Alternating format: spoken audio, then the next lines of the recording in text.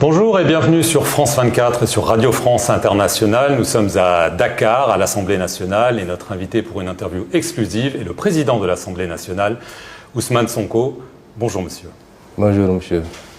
Avec moi pour cette interview, Léa Lisa Vesterhoff de RFI. Ousmane Sonko, bonjour. Bonjour madame Vesterhoff. 3 semaines après vous avoir limogé, le président Bassirou Diomaye Faye, lors de son dernier discours, a fait allusion aux différends qui vous opposent depuis des mois, assurant « aucune querelle ne mérite que l'on déchire le pays qui nous est commun ». Qu'en pensez-vous? Est-ce que cette querelle entre vous deux est allée trop loin? Est-elle en train de déchirer le Sénégal? D'abord, merci pour cette invitation. Je ne pense pas qu'il y ait querelle.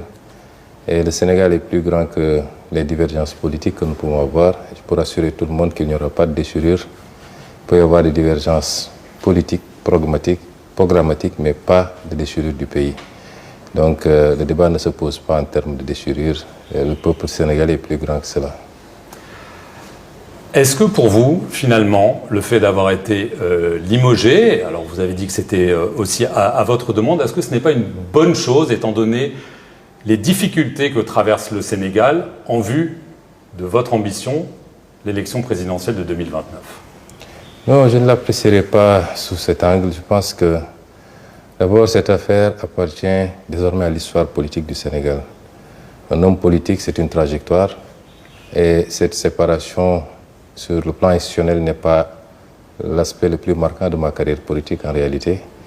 Et je pense qu'aujourd'hui, je dois remercier d'abord le peuple sénégalais d'avoir porté la confiance sur un candidat que moi-même j'ai désigné, et ensuite d'avoir renouvelé cette confiance en nous donnant cette majorité écrasante à l'Assemblée nationale, et par anticipation en me désignant à la tête de cette prestigieuse institution. Désormais, mes énergies vont être concentrées à donner à cette institution-là le rôle et la place qui est la sienne. Après, je pense que l'exécutif fera ce qu'il doit faire en vertu de ses pouvoirs constitutionnels.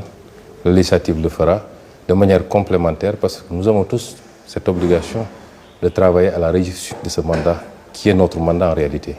Donc je ne vais pas m'en dédouaner. J'ai été Premier ministre pendant 2 ans. Mon bilan parle pour moi-même, et je souhaite pour le reste de ce mandat qu'il y ait tout le succès pour le bonheur du peuple sénégalais. Vous avez dit à plusieurs reprises que Bassirou Diomaye Faye avait trahi le projet du PASTEF. Pour le moment, vous ne l'avez pas exclu. Est-ce que ça pourrait être le cas?